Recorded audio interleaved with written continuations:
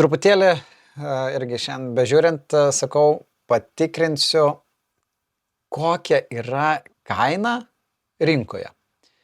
Ir dabar pas ją taip tapukus pasiėmiau, dabar kaip pavyzdys, tai rinkos kaina yra 18 eurų. Irgi visi yra rankų darbo, visi labai yra panašus.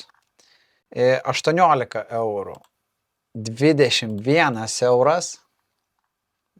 Ir iš tikrųjų čia daug gražesni.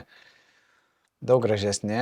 Šitie gražus tikrai fainai ir labai, visi savotiškai panašus, bet yra 21 euras.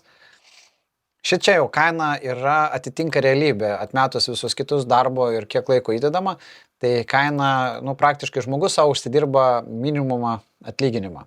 Tai iš to jau, jeigu, ir to reikia dar paskaičiuoti, kiek reikia jų parduoti per mėnesį, įsivaizduojat, 16 eurų.